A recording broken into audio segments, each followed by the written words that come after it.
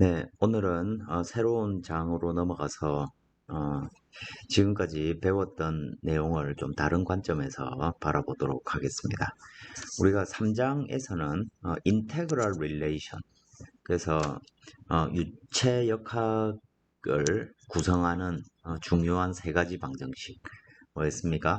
질량 보존, 즉 유체가 어디로 사라지거나 그죠? 새로 없던 것이 생기지 않는다. 질량이 보존된다. 근데 그 어떤 시스템 입장에서는 질량이 보존되지만 컨트롤 볼륨이라는 걸 구성하고 그 서피스를 이렇게 따로 떼서 생각을 하면 컨트롤 볼륨 내에서는 질량이 바뀔 수 있는 거죠. 근데 그 바뀌는 양은 결국 컨트롤 서피스를 통해서 들어오고 나가는 질량 유량의 합과 같다. 뭐 이런 걸 이용해서 그러니까 이런 개념 자체를 이용해서 우리가 유체의 어떤 현상들을 생각을 하게 되는 것이죠. 그래서 결국에 모든 것들이 이렇게 수학적인 표현으로 나타나지만 사실 하고자 하는 얘기는 어떤 물리 현상을 설명하는 방법론이 되는 거죠.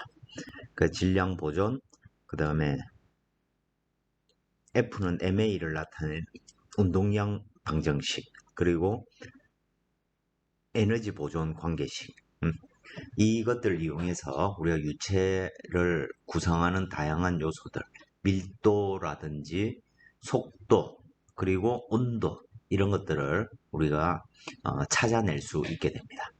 그래서 거기에 이제 만약 공기라고 하면 이상기체 상태 방정식, P는 로알티 같은 관계식들을 이용해서 우리가 서로 간에 엮여져 있는 이 실타래를 풀어내게 되는 거죠. 이 사장은 이제 differential relation입니다.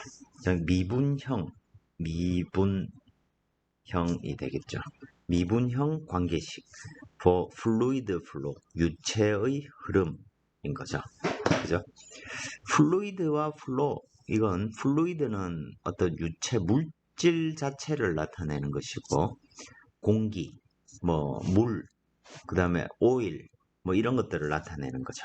그런 기체나 액체 상태의 물질, 플루이드, 흐를 수 있는 것이죠. 플루이드의 플로우는 형이상학적인 얘기죠. 흐름입니다. 유체의 흐름에 대한 미분형 관계식. 그러니까 미분형이니까 사실 우리가 컨트롤 볼륨이 이런 컨트롤 볼륨이 있다라고 하면 얘를 또 조각낼 수 있겠죠. 그럼 4개의 컨트롤 볼륨으로 우리가 조각낼 수가 있을 것입니다. 또 이놈은 또 4개로 나눌 수 있고 또 나눌 수 있고, 그래서 무한히 작은 요소, 즉 컨트롤 볼륨의 부피, 볼륨 자체를 0으로 보낼 때도 또 동일한 관계식이 성립해야 되겠죠. 그랬을 때 그 관계식이 어떻게 되는지 지금 우리가 그걸 찾고자 하는 것입니다. 근데 이 장에서 다루는 그 관계식도 결국에는 똑같습니다. 결국에 똑같은 형태로 표현되는 것이죠. 그래서 디퍼런셜 이퀘이션도, 미분 방정식도 이 미분형 지배 방정식도 결국에는 질량 보존, 운동량 방정식, 에너지 방정식에 대한 관계식이 되는 것입니다. 먼저 이 사장을 구성하는 내용을 살펴보면 크게 이 플루이드 키네마틱스, 자, 우리가 다이내믹스, 그 다음에 스테릭스, 그리고 키네마틱스. 이 다이내믹스는 우리말로 치자면 동력학이죠. 여러분들 지금 배우고 있죠, 그죠? 동력학. 스테릭스는 정역학입니다. 그래서 이 다이내믹스나 스테릭스는 둘 다 힘에 관한 힘을 어떻게 작용해 가지고 어떤 변화를 만들어내는지 그런 걸 다루는 놈입니다. 근데 이 키네마틱스는 우리말로 굳이 표현하자면 운동학입니다. 운동학이기 때문에 결국 우리가 어떤 물체에 힘이 작용하면 가속도가 생기죠. 자, 그래서 이 힘이 어떻게 작용하는지는 다이내믹스나 스태틱스에서 역학에서 다룬다면 이 힘이 작용한 결과로 가속도가 생겼고 속도가 생겼고 그리고 어떤 변이가 생겼다 하면 얘들 간의 관계를 고민하는 학문이 운동학입니다. 키네마틱스. 예를 들어 유체가 소용돌이 치고 있습니다. 그러면 거기에는 회전하는 성분이 있죠. 왜 회전하는지는 생각하지 말고 그놈이 그러면 도대체 얼만큼 빠른 속도로 회전하고 있는지 그런 걸 정의하는 분야가 키네마틱스입니다. 그걸 이제 유체의 운동학, 플루이드 키네마틱스. 그러니까 결국에는 운동학이라는 것은 우리가 가속도를 어떻게 표현할 건가, 속도를 어떻게 표현할 건가, 뭐 이런 것들을 얘기하는 거죠. 그죠? 그래서 결국 가속도를 어떻게 정의하는지 이런 것들이 먼저 나오게 되고 키네마틱 디스크립션 또 이 운동학적인 표현 이런 것들은 그러면 속도는 우리가 어떻게 표현하고 가속도는 어떻게 표현하고 이 둘의 관계는 뭔지 또는 회전을 한다. 그럼 유체의 각속도는 어떻게 되고 이제 이런 것들을 우리가 정의를 해보겠다는 얘기입니다. 결국에는 어떤 운동이 얼마나 빨리 움직이느냐 또 얼마나 빨리 회전하느냐 이런 것들을 우리가 수학적으로 어떻게 표현하는지 그런 것들을 다룬다는 얘기입니다. 그런 방법론을 가지고 결국 그 질량 보존에 대해 적용을 하면 continuity equation이라는 걸 얻게 됩니다. 이 continuity equation은 쉽게 말해서 그냥 mass conservation 아무리 작은 유체 요소라 하더라도 그놈은 이 질량이 보존되어야 되고 어떤 공간에서든 그걸 이제 결국에는 continuity equation이라고 표현을 합니다. 우리말로 하면 연속 방정식이 됩니다. 자, 연속이라는 얘기니까 결국 유체가 뭐 없던 놈이 생긴 게 아니고 결국 어떤 유체의 흐름이 있다면 걔들은 어느 곳에서 밀도가 높아지고 어느 곳에서 낮아지고 하겠지만 결국 그 총량은 쭉 연속되어 이어져 있다. 즉 진공 상태의 어떤 공간이 갑자기 생기거나 물질이 생기거나 물질이 사라지지 않는다는 얘기입니다. 그걸 컨티뉴어티라고 얘기를 하고 이 연속 방정식을 가지고 우리가 어떤 유체의 흐름을 이렇게 선으로 표현하는 이런 선을 이제 스트림라인이라고 하고 이 스트림라인을 표현하는 함수를 스트림 펑션이라고 부릅니다. 스트림라인은 우리말로 유선, 유체의 선이죠. 스트림라인 되는 것입니다. 또 우리가 앞에서 배웠던 운동량 방정식은 dt분의 d mv 총 시스템 이것을 이제 아주 작은 미소 요소에 대해 표현한 게 이제 리니어 모멘텀 이퀘이션이라고 부릅니다. 또 이제 각 운동에 대해서 표현하면 리니어 모멘텀이 아니고 앵귤러 모멘텀 이퀘이션이 되겠죠. 그죠? 그리고 다행히 여러분들은 아직 이 에너지 방정식은 이제 우리가 이 장에서는 다루지 않겠습니다. 표현할 수 있는데 너무너무 복잡하고 굳이 뭐 그것까지 생각하지 저 온도의 변화가 크지 않은 저속의 유동에 대해서는 컨티뉴어티하고 모멘텀 이퀘이션만 우리가 생각해도 충분합니다. 이 두 방정식을 합해서 네비어 스톡스 이퀘이션이라고 부릅니다. 이 두 사람이 이제 1800년대 후반에서 1900년대 초반까지 이 분야의 연구를 활발히 했던 두 사람입니다. 네비어라는 사람과 스톡스라는 두 사람이 저 두 방정식을 하나로 묶어서 유체 현상을 표현을 한 것이죠. 그래서 그 업적을 기려가지고 네비어 스톡스 이퀘이션이라고 부릅니다. 그럼 이 방정식을 우리가 결국에는 이 식은 미분 방정식이 됩니다. 근데 이 미분 방정식은 변수가 오직 x 또는 t 하나로만 표현되는 게 아니고 t, x, y, z의 함수로 표현되니까 이 방정식은 편미분 방정식이 되겠죠. 그죠? 편미분 방정식 영어로 쓰면 partial differential equation이 되는 것입니다. 근데 문제는 이 방정식은 심지어는 리니어도 아니고 난리니어한 방정식이 됩니다. 난리니어 PDE. 자, 우리 공업수학 1에서 배웠던 미분 방정식이 뭐라고 부릅니까? ODE라고 부릅니다. ODE는 Ordinary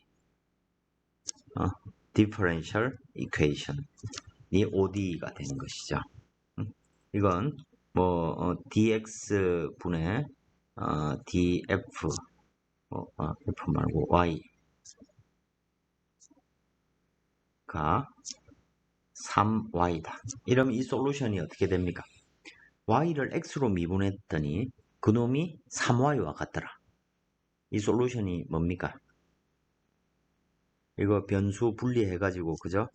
3은 그대로 두고 y분의 1 dy는 3dx 뭐 이래 돼서 양변을 이렇게 적분하면 로그 y는 3x다. 그래서 따라서 y는 어떤 미정계수가 생기고 그죠? exponential 3x로 표현된다. 기억나시죠? 이게 미분 방정식 ODE의 가장 간단한 형태의 방정식입니다.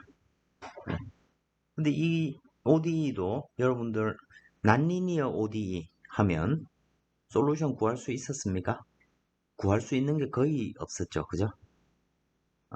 PDE는 여러분들 배우는 그 공업수학 책 뒷부분에 어딘가에 있습니다.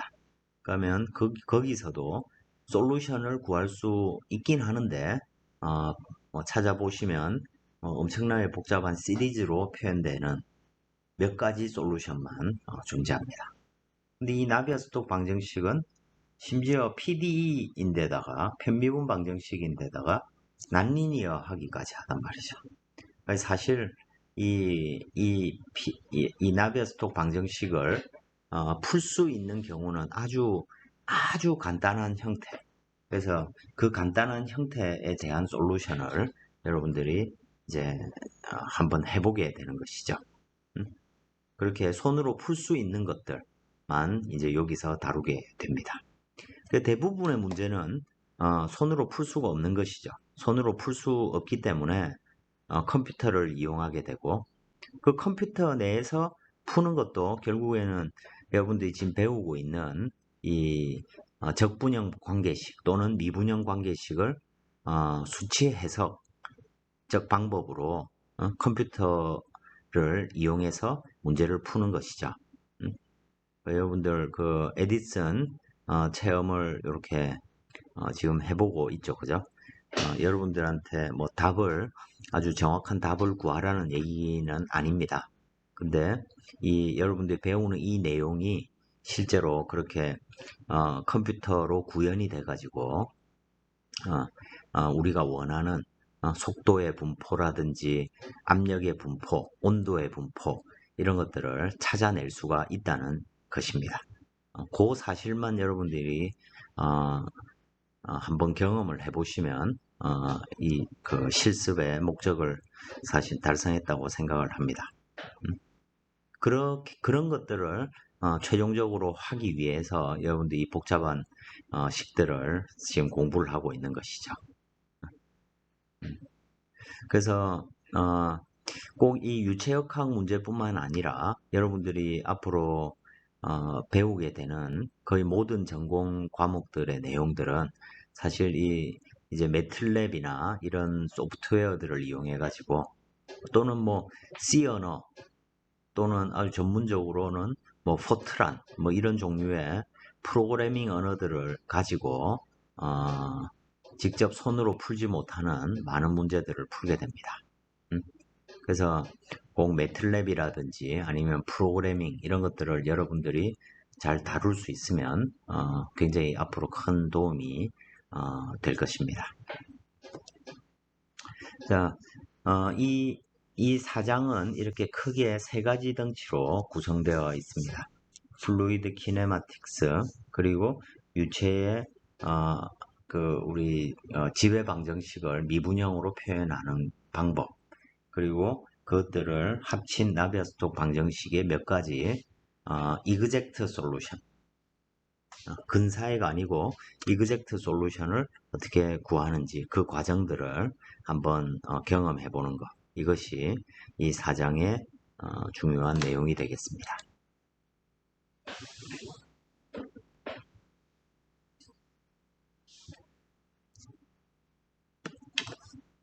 이 플루이드 키네마틱스로 들어와서 우리가 유체 운동을 표현하기 전에 이 운동을 표현하는 데 사용되는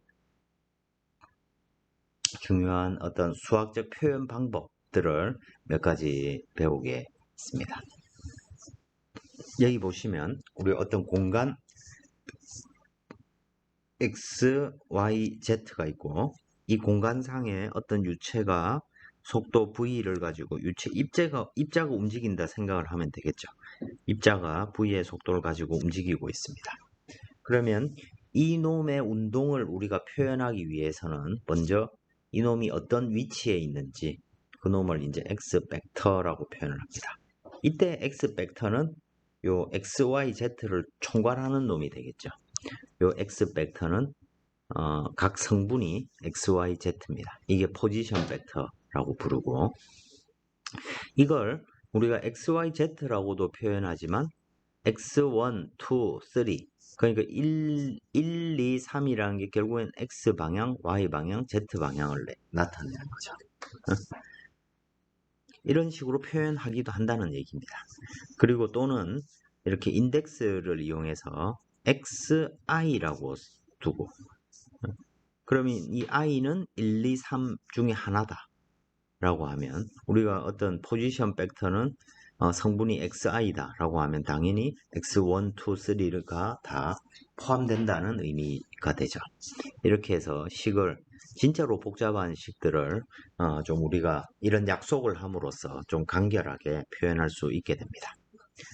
속도 벡터는 우리가 u, v, w, 즉 이 XYZ 각 방향의 속도 성분을 UVW라고 표현하기도 하고, U1, U2, U3라고 표현을 하기도 합니다. 같은 의미죠. 그죠? 그리고 그걸 또 UI라고 해서 1, 2, 3이 되고, 그래서 우리가 U2라고 하면 이거는 Y 방향 속도 성분이구나, 이런 걸 알 수가 있겠죠. 또 많이 쓰는 이제 연산자가 그레디언트 오퍼레이터죠. 자, 그레디언트, 이건 뭐냐면 어떤 양이 있는데 그 양을 각 방향으로 미분한 놈을 성분으로 가지는 겁니다. 예를 들어 그레디언트 P라고 하면 압력의 기울기를 나타내는 벡터가 되는 거죠. 그래서 이걸 표현하면 라운드 P, 라운드 X, 라운드 P, 라운드 Y, 라운드 P, 라운드 Z, 이렇게 표현되겠죠. 그죠? 기울기를 표현한다. 그래서 그레디언트가 크다, 이 얘기는 기울기가 크다, 이런 말이 되죠. 그죠?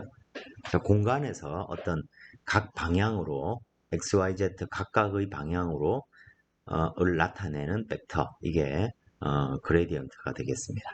이것도 마찬가지로 x1, x2, x3로 표현할 수 있고, 이건 심지어는 라운드 xi 이렇게 쓰기도 하는 것이죠.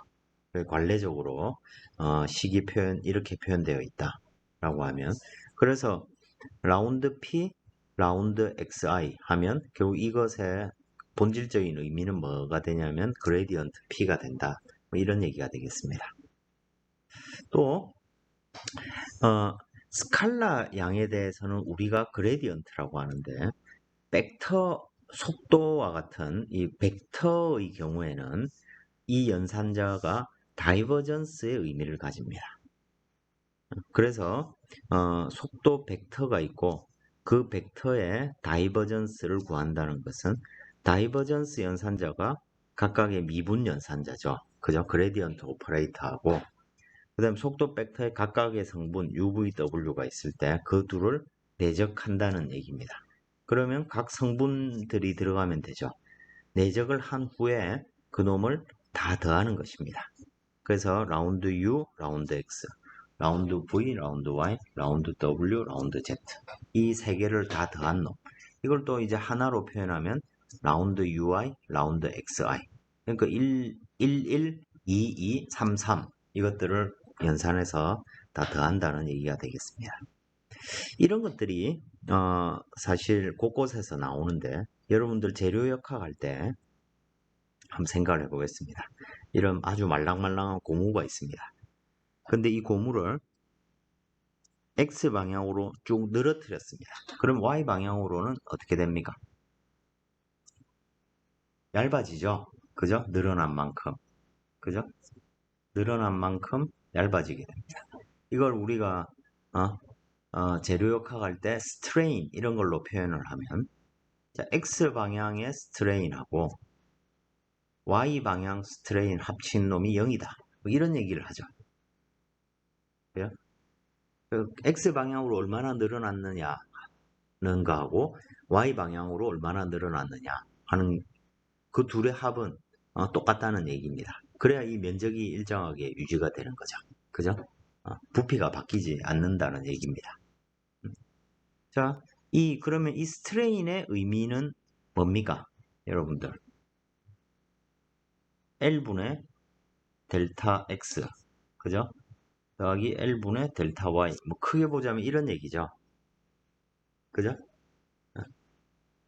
스트레인의 의미가 이렇게 주어져 있습니다. 자, 그런데 어떤 재료는 변화량을 기준으로 생각을 하는데 유체는 이런 운동이 가능한가요? 유체를 어떤 유체 요소를 우리가 상자가 아니고서는 그저 접시가 아니고서는 이 물 안을 이렇게 가둬 놓을 수가 없죠.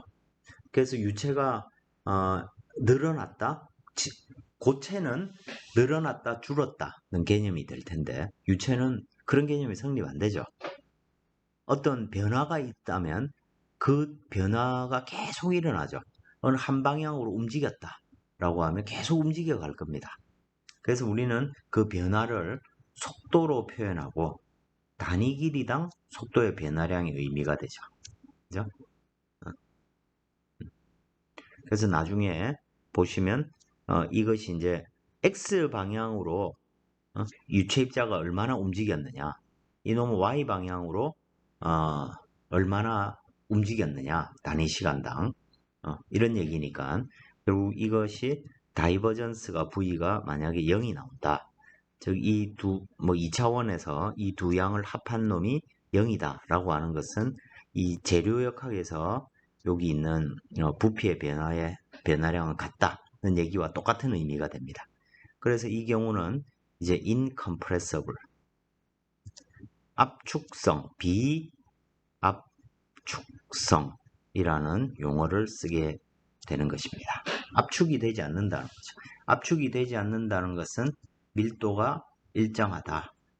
우리가 이렇게 표현을 할 수 있을 것입니다. 이제 이런 것들을 우리가 알기 위해서 이런 수학적 개념들을 정의해서 나중에 활용을 하게 되는 것입니다. 그 유체의 운동을 표현할 때 이건 뭐 그냥 개념이 이렇다는 얘기고 표현할 때 크게 두 가지 표현 방법이 있습니다. 크게는 라그랑지안 디스크립션, 라그랑지안 표현법. 그 대척되는 개념이 상대되는 개념이 오일러리안 디스크립션이 있습니다. 반대라기보다는 좀 상대적인 개념이죠. 라그랑지 수학할 때 많이 들어봤죠? 오일러 수학할 때 많이 들어봤죠? 어, 두 유명한 과학자 이름을 딴 겁니다. 이 시대에는 뭐만 했다고 하면 다 이름이 붙었죠. 아무것도 없던 시절이니까, 그죠? 요즘에는 자기 이름 붙은 뭔가를 하는 게 정말로 어려운 세상이 됐습니다. 자, 무슨 차이냐면, 어, 이렇게 생각을 하시면 되겠습니다. 내가, 여러분들 다 차 있죠? 어, 서울에서 부산까지 운전을 합니다. 근데 운전을 할 때마다 매 시간 속도를 측정을 합니다. 근데 측정하는 방법은 여러 가지가 있죠. 하나는 어, 차 안에 있는 내가 측정을 하는 겁니다. 그래서 속도계를 보고, 그죠? 어, 내가 계속 매 순간마다 속도를 읽습니다. 60, 60, 62, 63 이렇게 읽고 옆에서 그걸 계속 기록을 하는 거죠. 그러면 우리는 서울에서 어, 서울에서 서울에서 부산까지 가는 동안에 속도를 어떤 정보로 얻게 됩니까? 어떤 특정한 시간 t에서 속도가 얼마인지를 아는 거죠. 그래서 우리가 이때 얻는 정보는 시간에 따른 어떤 속도를 얻게 될 겁니다. 그런데 인공위성에서 사진을 찍는다 생각을 해보겠습니다. 그럼 서울에서 부산까지 차가 여기에 있던 놈이 어떤 특정 위치까지 이동을 했습니다. 매 순간 인공위성에서 사진을 찍습니다. 내 차가 감시당하는 것이죠. 사진을 찍게 되면 결국 내 차의 운동에 관한 정보는 공간에 대한 정보로 찍히죠. X, Y, Z 어떤 그 해당 시간에 각각의 좌표로 속도가 표현되어 있을 겁니다. 그죠? 그러면 거리를 이 위치에 관한 정보들을 우리가 계속 얻었지만 그 위치의 차이만큼이 속도니까, 그죠? 결과적으로 이 속도는 특정한 위치에서 어떤 속도를 가졌는지 그런 것들로 관한 정보로 표현이 될 겁니다.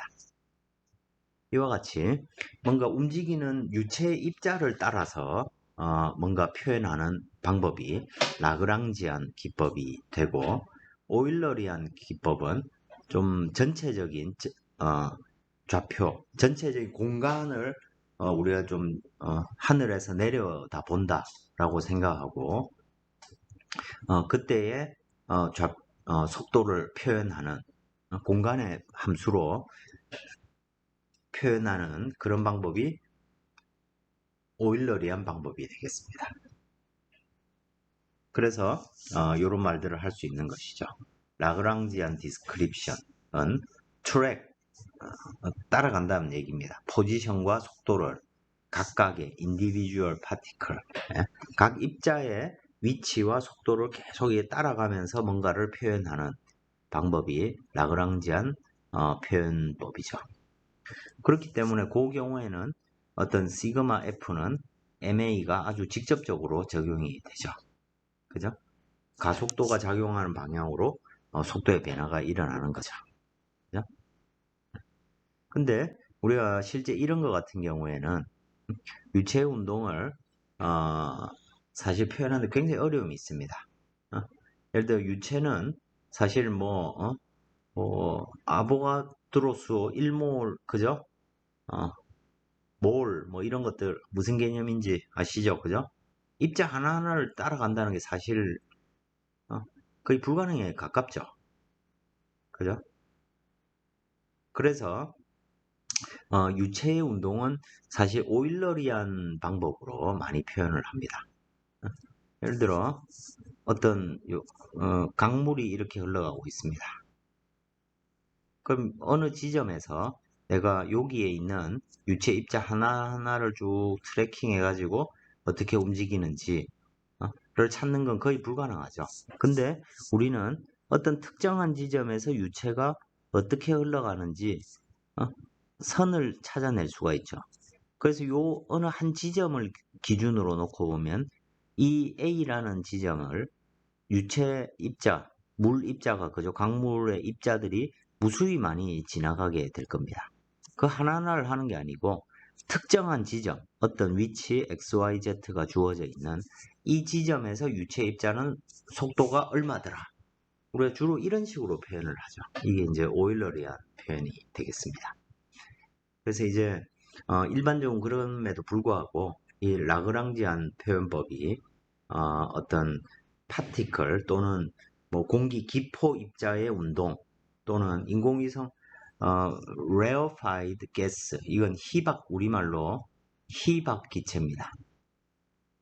이건 어떤 상황이냐면 아주 우리 성층권 이상 인공위성 주변 인공위성 주변에는 기체의 밀도가 엄청나게 낮죠. 그죠? 그래서 사실 매우 가벼운 인공위성 입자에는 인공위성 주변에는 공기가 쭉 아주 고밀도로 이렇게 존재하는 것이 아니고 입자 하나하나가 와서 부딪히는 것으로 생각을 해야 유체를 해석할 수 있습니다. 실제로 그 분자들 간의 거리가 상당히 멀고 이제 그런 경우에는 입자 하나하나의 운동을 따라가야 되겠죠. 그죠? 이제 특정한 경우에 스페셜한 경우에 이 라그랑지안 표현법이 일정하게 도움이 된다는 것이고 자, 조금 전에도 설명을 했지만 이 오일러리안 표현법은 어떤 유동의 도메인이나 컨트롤 볼륨이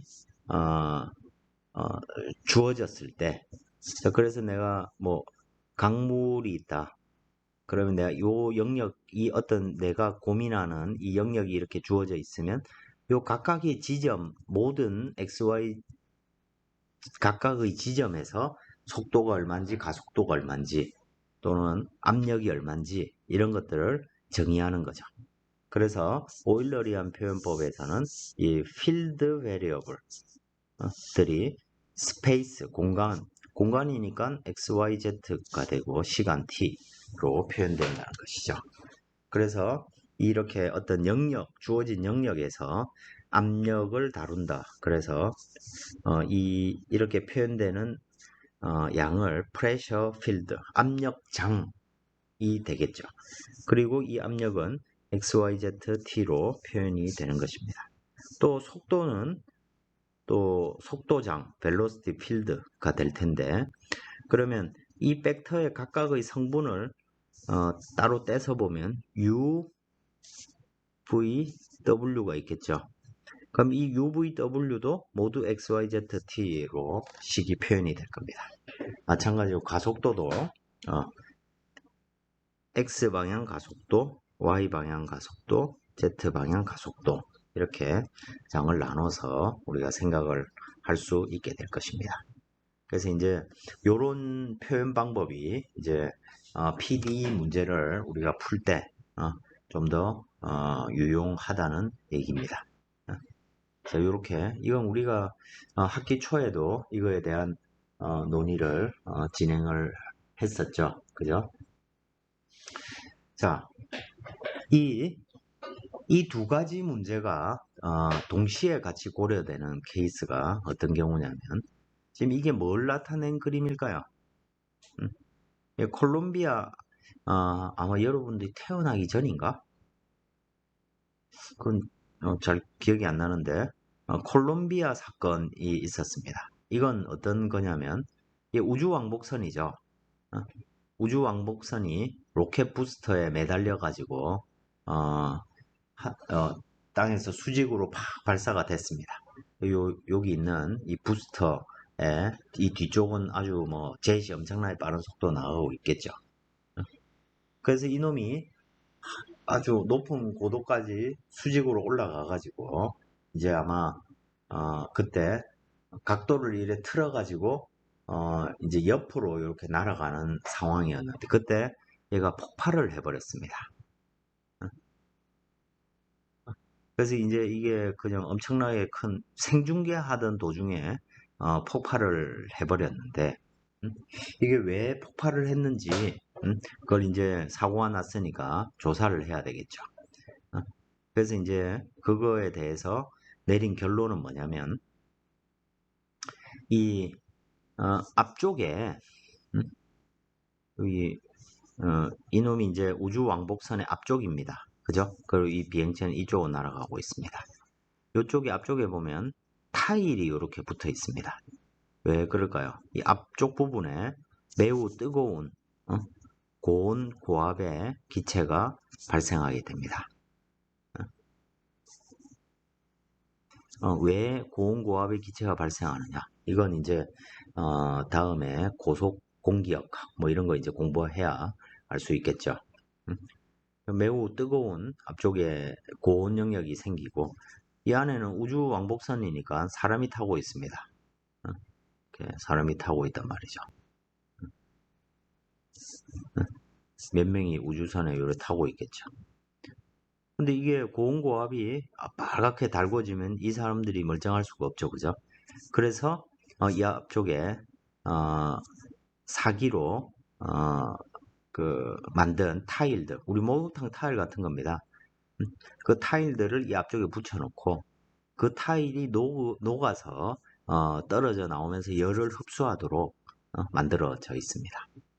근데 밝혀진 바에 따르면 이 앞쪽에 타일 하나가 그냥 녹아버려야 되는데 녹지 못하고 떨어져 나와가지고 요 뒤쪽에 요 놈이 날개입니다. 이 날개에 어느 특정한 부위를 쳐서 흠집을 냈습니다. 흠집을 내니까 부러지겠죠.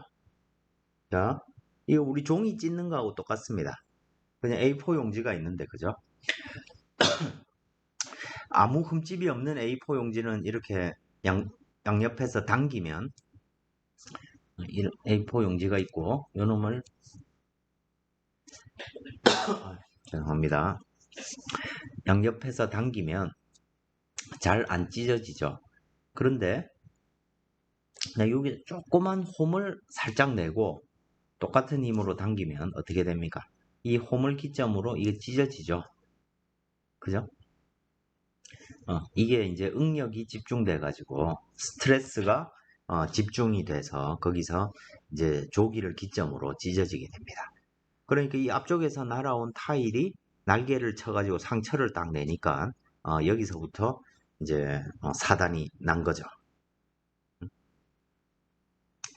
자, 이렇게 해서 이 앞쪽의 것들을 이제 사고가 났다는 것을 이제 규명을 할 때 사람들이 이걸 이제 CFD를 이용해서 Computational Fluid Dynamics를 이용해 가지고 먼저 이 CFD를 이용해서 이 우주 왕복선 주변에 압력장, 프레셔, 그리고 속도장 이런 것들을 구했습니다. 이걸 구하는 방법은 이제 모든 공간 영역에 대해서 다 표현을 해야 되니까 오일러리안 방법으로 구했습니다. 그리고 그 속도장을 따라서 앞에서 특정한 위치에서 이 파티클 하나를 파편 조각 하나를 딱 놓는 거죠. 그러면 압력과 속도로 인해서 이 파편 조각이 어디로 움직일지를 알 수 있겠죠. 그죠? 그래서 이 파편 조각들을 따라가는 것입니다. 이렇게 따라가면서 찾아가는 것이 이제 라그랑지안 방법이죠. 자, 그래서 이제 오일러리안 라그랑지안 커플드 메소드 뭐 이런 방법으로 이제 얘가 어디에서 떨어진 놈이 어디로 가서 부딪힌다 이런 거를 이제 우리가 CFD를 이용해서 찾아낼 수가 있는 것이죠. 이제 이런 그냥 개념들 이렇게 했을 때 서로 운동 방법, 운동론을 표현하는 방법들이 조금씩 달라질 수 있다. 이 얘기를 하는 것입니다.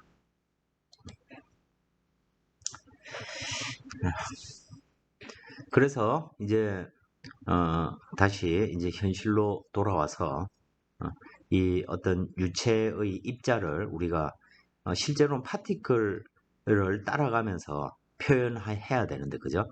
그걸 이제 파티클 하나하나에 대해서 표현할 수 없으니까 공간의 함수로 표현하는 방법을 지금 여기에 표현하고 있습니다. 자, 그래서 어떤 파티클이 하나 있을 때 이 파티클에 힘이 작용하면 힘이 작용하면 파티클의 질량이 m이라고 했을 때 그때 가속도가 힘의 방향으로 발생하죠. 그죠? 근데 이 파티클의 가속도라는 놈은 이 입자의 속도의 시간 변화율과 같을 것입니다. 그죠? 그럼 이제 우리가 알고 싶은 건 속도를 알 때 가속도가 어떻게 되는지 또는 가속도를 알 때 속도가 어떻게 되는지 이런 걸 알고 싶은 거죠. 그죠? 그래서 이 입자의 파티클의 속도는 당연하게도 이 속도는 x, y, z의 함수로 표현이 되게 될 겁니다. 그죠? 근데 이 각각의 속도 성분, 자, 속도 벡터는 결국엔 u, v, w로 표현되는데 이 속도라는 것도 그것은 파티클 입장에서는 x 좌표가 시간에 따라서 어떻게 바뀌는지를 미분한 놈이 되죠. 그죠? 요거는 y좌표가 파티클의 y좌표가 시간에 따라 미분한 놈이 될 거고. 자, 이렇게 표현되는 것이죠. 자, 그러면 이 속도, 파티클의 속도라는 것은 결국에 어떤 x, y, z, t로 표현되는 것인데, 그러면 이놈에 대해서 어떤 시간 미분을 구한다는 것은 우리가 체인룰 개념으로 생각을 하면 어떤 가속도의 파티클의 가속도는 시간에 대한 미분량, 변화량, 그리고 x에 대한 변화량, y에 대한 변화량, z에 대한 변화량 이렇게 우리가 표현할 수 있다는 얘기입니다.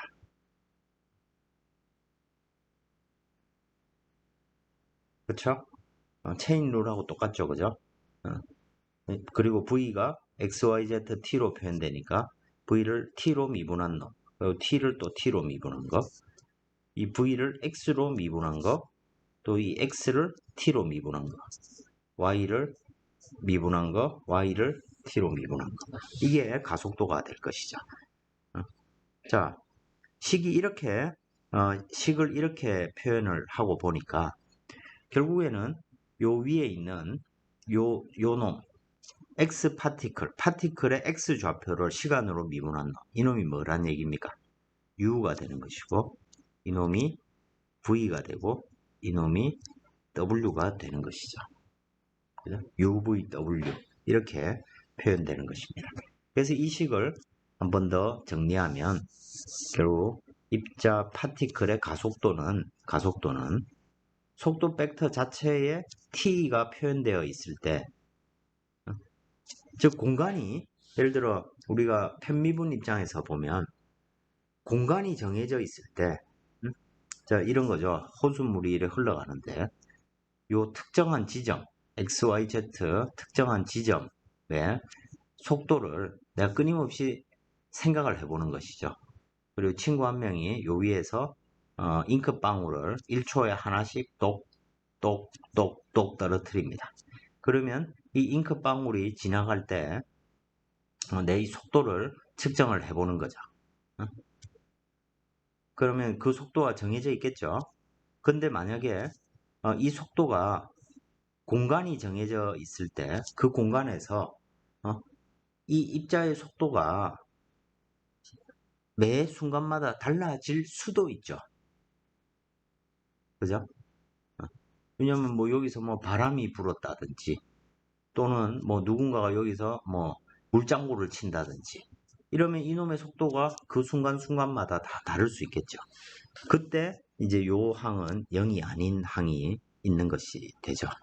그죠? 그래서 요 위에 앞에서 했던 것처럼 UVW가 나오고 V를 X로 편미분한 양, Y로 편미분한 양, Z로 편미분한 양이 나오는 것입니다. 그리고 이 식은 이렇게 정리될 수 있겠죠. T다. 자, 이것들이 서로 곱해져서 더해졌으니까 내적을 한 겁니다. 그죠?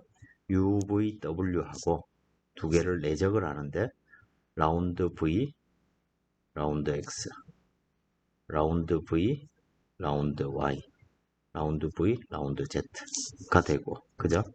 그럼 여기서 라운드 T 더하기 이놈은 UVW는 속도 벡터가 되고, 그죠? 이놈과 여기서 X 미분, Y 미분, Z 미분으로 표현되어 있으니까 이놈은 뭐가 됩니까? 결과적으로 그레디언트의 의미가 되죠. 그죠? 그래서 식을 이런 형태로 표현하고 여기에 이렇게 통상적으로 괄호를 쳐서 표현을 하게 됩니다. 자, 이걸 한 번 더 풀어 써보면, 자, 가속도 A라는 놈은 각 방향 성분이 있죠. AX, AY, AZ가 있겠죠. 그죠? 그러면 여기서 AX는 뭐가 될까요? AX는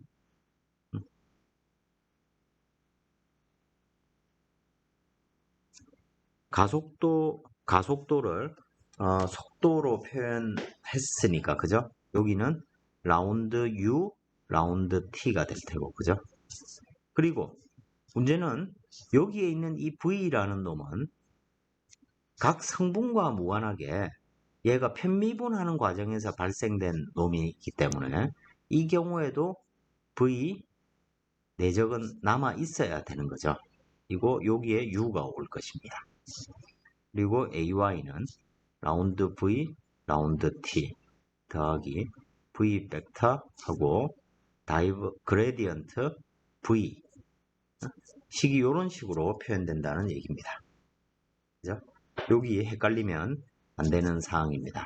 그래서 여기 이렇게 괄호를 쳐가지고 여기에서 첫 번째 V하고 두 번째 V가 서로 약간 다른 의미다 라는 걸 기록을 해 두는 것이죠.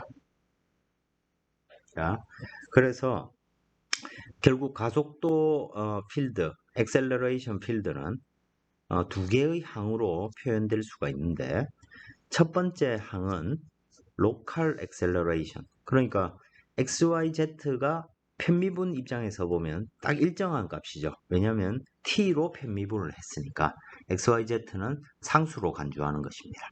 즉 특정한 위치가 정해졌을 때 그 지역에서 속도가 시간에 따라 어떻게 바뀌는지 이걸 나타내는 양이라서 로컬 엑셀러레이션이라고 부르고, 그래서 이게 이 값이 0일 때, 제로일 때, 즉 공간이 정해지면 그 지점에서 시간에 따라 변하지 않는 그런 상태를 뭐라고 부르냐면 스테디 스테이트라고 부릅니다. 스테디 플로우 이렇게 부르고, 이걸 정상 유동이라고 부릅니다.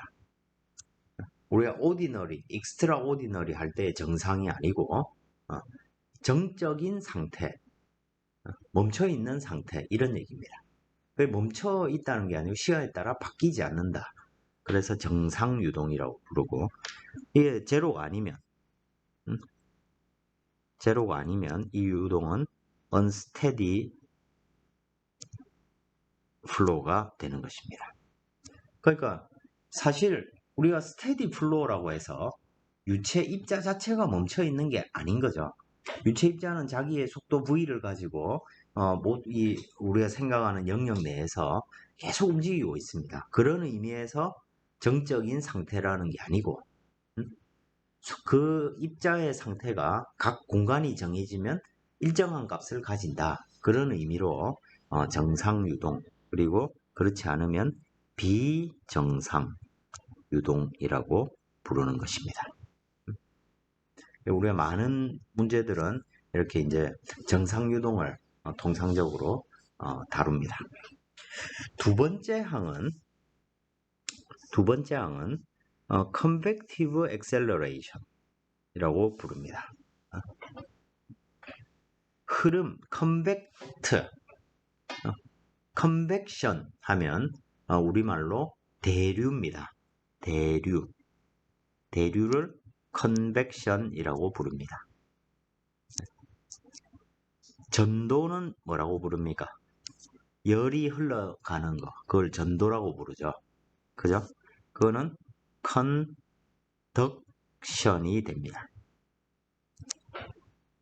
대류는 공기가 흘러간다, 물이 흘러간다, 그죠? 이런 것들을 대류라고 하고 흐름을 표현하고 있다면 이 어, 전도는 어떤 기울기로 인해서 예를 들어서 열이 온도가 높은 곳에서 낮은 곳으로 흐릅니다. 이런 것들이 전도죠. 그죠? 그래서 이제 에너지의 개념에서 로 따지자면 또 하나가 뭐 잠깐 빠지는 얘기지만 또 하나 남은 게 뭡니까? 복사죠. 복사는 우리말 영어로 radiation이라고 부릅니다. 이 세 가지가 뭐냐면 에너지가 전달되는 방법입니다. 복사는 뭡니까? 태양 에너지가 지구로 오는 거. 이건 어떤 매질이 존재하는 게 아니죠. 전자기파 형태로 오는 겁니다. 태양 에너지가 전자기파 형태로 전달되는 거. 이런 것들이 복사죠. 그죠? 또 뭐 전자레인지, 그죠? 초음파를 이용해서 우리가 라면을 끓입니다. 이것도 복사를 이용하는 거죠. 그죠? 대류. 가장 대표적인 대류 현상이 어떤 겁니까? 에어컨이죠. 에어컨을 틀면 그 안에 있는 팬을 통해서 에어컨에서 식혀진 공기가 자기 속도를 가지고 주변으로 오면서 그죠? 어, 낮은 그 열 에너지의 공기가 주변을 가면서 열의 상태를 바꾸는 거죠. 이렇게 흐름을 통해서 에너지가 전달되는 거. 이게 대류입니다. 그리고 전도는 어떤 속도 성분이라기보다는 열 에너지가 뭐 결국 이게 에너지가 전달되는 거니까요. 열 에너지가 온도의 차로 인해서 어, 열이 전달되는 이게 전도입니다. 우리 이 유리 창문 생각하면 되죠. 그죠? 어, 이제 겨울이 다가왔으니까 바깥이 찹니다. 공기가 찹니다. 그리고 방 안은 따뜻합니다. 그러면 방 안에 있는 열이 창문을 통해서 밖으로 빠져나가죠. 온도 차가 발생하면 이 에너지가 빠져나갑니다. 이렇게 세 가지의 어떤 열이 전달되는 현상이 있고 유체에서도 똑같이 전달되는 거죠. 이와 같이 어떤 그런 의미로 convective라는 표현을 쓰고 이 두 번째는 쉽게 말해서 공간상에서 어떤 변화가 존재하는 거죠. 속도 벡터가 속도가 각 지점마다 서로 다른 속도를 가진다. 그 얘기는 결국에는 가속도가 있다는 얘기죠. 그래서 어떤 흐름으로 인한 가속도다라고 해서 convective acceleration이라고 하고 유체가 어떤 새로운 위치로 자꾸 이렇게 이동함으로써 발생하는 즉 가속도 성분이 되는 거죠. 그죠? 속도가 다를 때. 자, 이렇게 가속도를 표현하는 방법. 이건 매우 중요한 표현 방법이 되겠습니다. 자, 그리고 이 식을 바라볼 때 무엇보다도 시간과 공간의 함수로 표현되는 속도를 알면 가속도는 그냥 이 미분식들을 적용해가지고 바로 구할 수 있다. 뭐 이런 간단한 의미가 되기도 하죠. 그죠? 자, 이 다음 장에 있는 것은 이제 또 약간 더 설명을 이렇게 더 표현해 놓은 것입니다. 통상적으로 우리가 표현을 할 때 이렇게 이런 게 이제 전미분이죠. 이걸 토탈 디리버티브라고 하죠. 그죠? 음. 이 전미분 이런 것들은 여러분들 그 공업 수학 이런 거 할 때 많이 했었죠. 그죠? 자, 그래서 우리가 만약 어떤 함수 f가 x와 y로 표현된다. 그러면 우리는 이놈의 전미분을 토탈 디퍼렌셜을 df는 어떻게 표현했습니까? 라운드 x 라운드 f 곱하기 dx 더하기 라운드 f 라운드 y 곱하기 dy 이런 식으로 표현했죠. 그죠? 이게 전미분입니다. 그죠? 수학적으로는 지금 우리가 그거하고 지금 똑같은 얘기를 하고 있는 것입니다. 사실. 그래서 이걸 조금 우리 그냥 일반적인 상미분과 좀 다른 표현으로 대문자를 이렇게 써서 표현하기도 하고 또는 소문자를 그냥 이렇게 바로 쓰기도 합니다. 그리고 이제 라운드는 편미분을 의미하는 거죠. 그죠? 식을.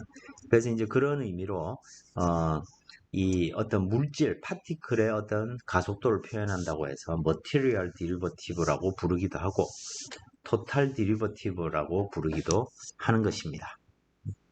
이게 이제 그냥 우리 일반적인 그냥 상미분의 기울기 구하는 그거와 좀 차별성을 표현하기 위한 용어들이 되겠습니다.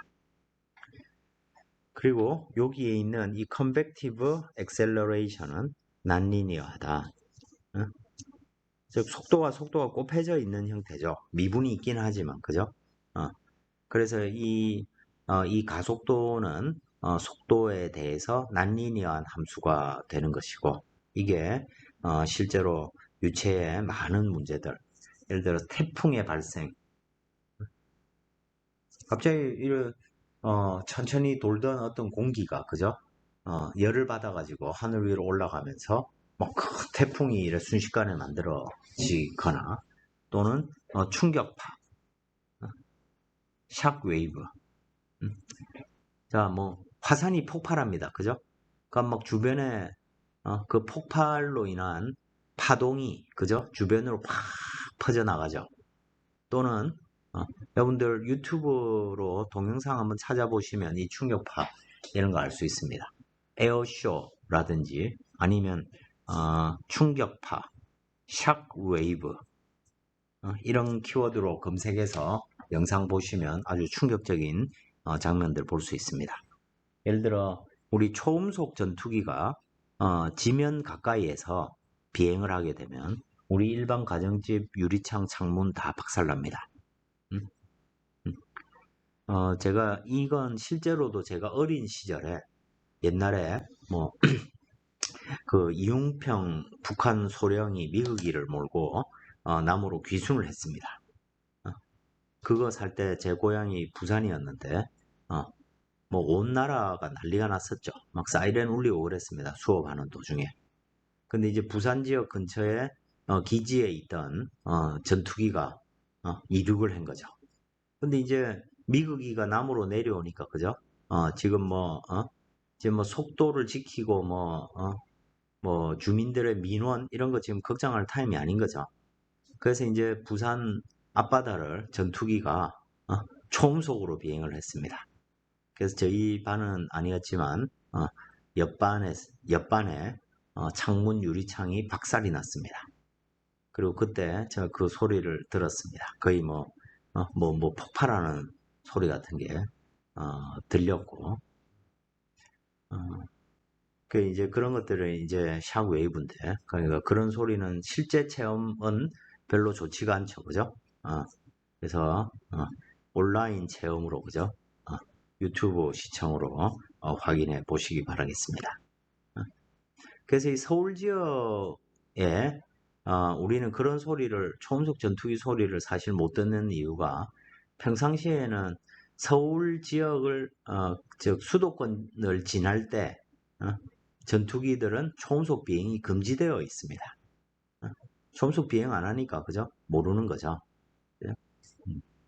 자, 그런 태풍이나 충격파 또는 어떤 그 난류, 터뷸런스 이런 것들이 뭐 지금 왜 그래 생기는지는 얘기할 수 없지만 이런 비선형적인 현상으로서 요항이 만들어내는 것입니다. 즉 속도가 공간에 따라서 어떻게 분포되어 있느냐에 따라서 굉장히 가속도가 비선형적으로 발생할 수 있다는 얘기가 되는 것이죠. 그죠? 우리가 이 파티클의 운동을 실제로는 입자의 라그랭지안 속도하고 오일러리안 속도 두 개가 이 관계식으로 연결된다는 얘기가 되겠습니다.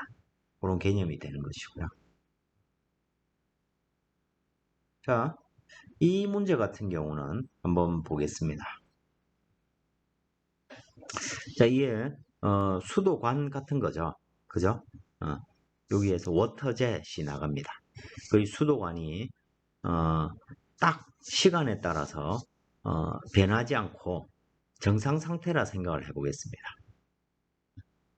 자, 그러면 예를 들어 어느 지점 하나를 내가 찍었을 때 거기서 속도를 측정하면 계속 0이 되겠죠. 그죠? 모든 곳에서 이게 스테디 문제다 라고 하면 속도는 모든 곳에서 시간만으로는 아무런 변화가 없다는 얘기입니다. 그러면 속도와 시간에 따라서 자, 모든 지점에서 내가 속도를 측정을 했더니 그 속도값이 일정하더란 말이죠. 자, 그럼 우리 원래 정의대로 하면 가속도는 속도의 시간 변화량이다 라는 입장에서 생각을 해보면 그죠? 델타 V 나누기 델타 T를 해야 되는데 그죠? 자, 시간이 자 A라는 점을 기준으로 내가 매 시간 속도를 측정합니다. 그러면 물의 속도는 일정하겠죠. 여기서 물은 일정한 속도로 쫙 나가고 있으니까 그죠? 그래서 각 시간마다 3m/s 예를 들어 그 다음 순간에도 3m/s 그럼 가속도가 0인가요? 그렇지 않다는 얘기입니다. 즉 라운드 V, 라운드 T는 0이라 하더라도 이 물체, 이 입자의 유체 입자의 실제 가속도는 0이 아니란 얘기죠. 가속도가 0이 아님이 명백한 건 처음에는 V 벡터가 위쪽을 향했습니다. 그죠? 근데 나중에 나오는 곳에 V 벡터는 X 방향을 향하고 있습니다. 방향이 바뀌었죠. 속도 벡터의 방향이 바뀌었다는 건 가속도가 작용했다는 얘기죠. 그죠? 그래서 이놈은 0이 안 되는 것이죠. 그죠? 그리고 그놈은 T에 대해서 표현되지 않을 뿐 가속도가 없다는 건 아닌 거죠. 그죠? 그 다음에 그럼 이 워터젯의 요 출구 부분만 우리가 좀 확대를 해서 보자면 이렇게 표현할 수 있겠죠.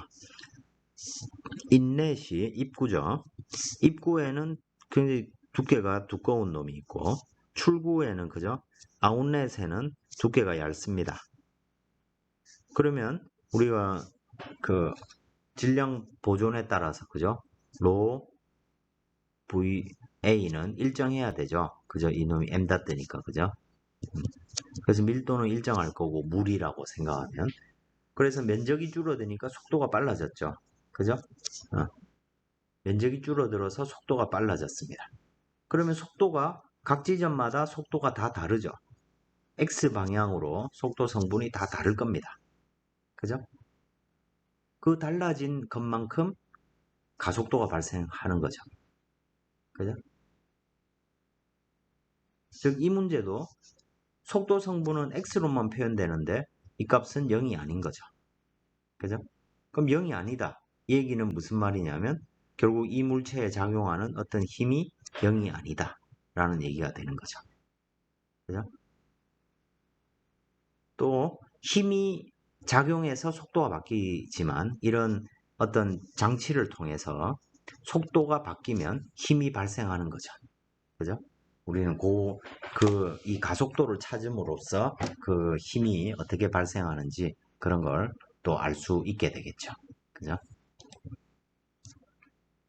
한 예제로 이 문제를 한번 보겠습니다. 이건 뭐 다른 책에 있는 예제인데 주어진 속도장이 있을 때 가속도를 구하는 문제입니다. 뭐 example 4.2에 있는 속도장을 생각해 보라고 했는데 그때 주어진 속도장은 여기에 있습니다. 자, 어떤 문제의 속도 벡터가 L분의 V0 그 다음에 마이너스 XI 플러스 YJ로 주어져 있습니다. 이 4.2의 속도장은 그런 것입니다. 속도장이.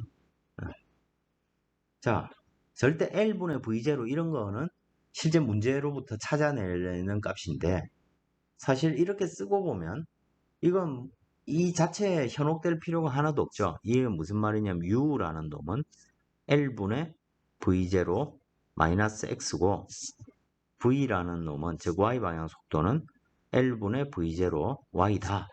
뭐 이 말과 같죠. 그죠? 그리고 이 속도 벡터에는 지금 2차원 문제니까 Z도 없고 또 스테디 문제입니다. 왜냐하면 T라는 놈이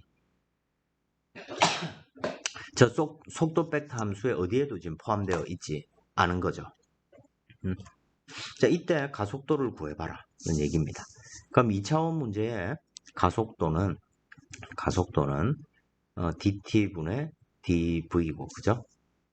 이놈은 라운드 t, 라운드 v 플러스 속도 벡터 그레디언트 속도 벡터일 겁니다. 근데 이게 스테디 문제니까, 그죠? 이놈은 0이 될 거고, 그죠? 그래서 식을 정리해 보면 u 라운드 v 라운드 x 더하기 v 라운드 v 라운드 y 이렇게 되겠죠. 그죠? 그 이놈을 두 개의 성분으로 각각 나누어 보면 ax x 방향 성분은 u 라운드 x 더하기 v 라운드 u 라운드 y 방향 가속도는 u 라운드 v 라운드 x 더하기 v 라운드 y가 되겠죠. 그죠? 이렇게 정리해 놓고 보면 그 다음부터는 산수 문제인 거죠. 그죠? u가 x로 표현되는 함수고 v가 y로 표현되는 함수입니다. 그죠? 그래서 각각 자리에 이렇게 집어넣으면 얻을 수 있다는 것이고 그 과정이 여기에 정리되어 있습니다. 그래서 계산을 해보면 AX는 X방향 가속도는 L제곱분의 V0 제곱. 근데 뭐 L제곱분의 V0 제곱 이것도 결국엔 L이 정해져 있고 V0가 정해져 있다면 그냥 상수입니다. 그죠? 곱하기 X. Y방향 가속도는 이놈도 L제곱분의 V0 제곱이 있고 여기에 Y가 곱해지고 이렇게 구성되네요. 그죠? 그래서 X가 커지면 가속도도 커지고 또 Y가 커지면 또 가속도도 커지는 그런 얘기가 되는 거죠. 그죠? 그리고 이 가속도의 크기를 보자면 요 맨 밑에 있듯이 가속도의 크기는 뭐 피타고라스 정리 이용해서 계산을 하면 되죠. 그죠? 그렇게 계산을 하면 뭐 이와 같은 식으로 얻어질 수 있다는 얘기입니다. 그리고 가속도 벡터의 방향은 그 각도를 세타라고 하면 탄젠트 세타는 ax분의 ay가 되고 x분의 y가 되는 거죠. 자, 좀 이따가 우리가 다시 다음 시간에 살펴보겠지만 이 속도 벡터를 즉 유체 입자가 실제 흘러가는 방향을 보면 즉 유체 입자의 흐름을 나타내는 속도 벡터로 쭉 이렇게 입자가 요 라인을 따라서 이렇게 움직여 가고 있는 것입니다. 그래서 이게 유선이 되는 거죠. 스트림 라인. 그러면 당연하게도 속도 벡터는 이 유선의 평행한 방향이 될 겁니다. 그죠? 그럼 그때 가속도 벡터는 가속도 벡터 특정한 지점 요점에서 가속도 벡터는 그 각도가 x분의 y로 주어지니까 자, 요점 원점에서부터 요렇게 이어지는 이 점의 좌표가 x, y니까 그죠? 가속도 벡터는 이 방향을 세타가 되는 요 방향으로 가속도가 힘이 작용한다는 얘기입니다. 네? 그러니까 이 문제는 분명히 이렇게 생각할 수 있겠죠. 요점에 뭔가 힘의 원천이 되는 뭔가가 저 점을 기준으로 해서 분포되어 있다. 우리가 이런 걸 찾아낼 수가 있겠죠. 그죠? 근데 그 힘이 어디서 왔는지 이런 거는 키네마틱스에서는 하나도 관심이 없습니다. 속도가 이렇게 표현되었다면 우리는 가속도를 이렇게 구할 수 있다. 지금 이것만 생각을 하고 있는 것이죠. 그죠? 그래서 이 가속도를 이용해서 이제 다이나믹스를 할 경우에는 그러면 도대체 저 가속도는 왜 저런 방향을 가르치는지 이런 걸 이제 우리가 찾을 수 있게 되겠죠. 그죠? 자, 지금 오늘 유체역학의 어떤 표현 방법, 오일러리안 라그랑지안 방법, 그리고 이 가속도 필드, 엑셀러레이션 필드는 토탈 디리버티브로 표현할 수 있다. 요 얘기를 지금 정리를 했습니다. 다음 시간에 이제 조금 더 살펴보고 진짜 구체적으로 유체입자의 어떤 운동 자체를 표현하는 방법을 얘기해 보도록 하겠습니다.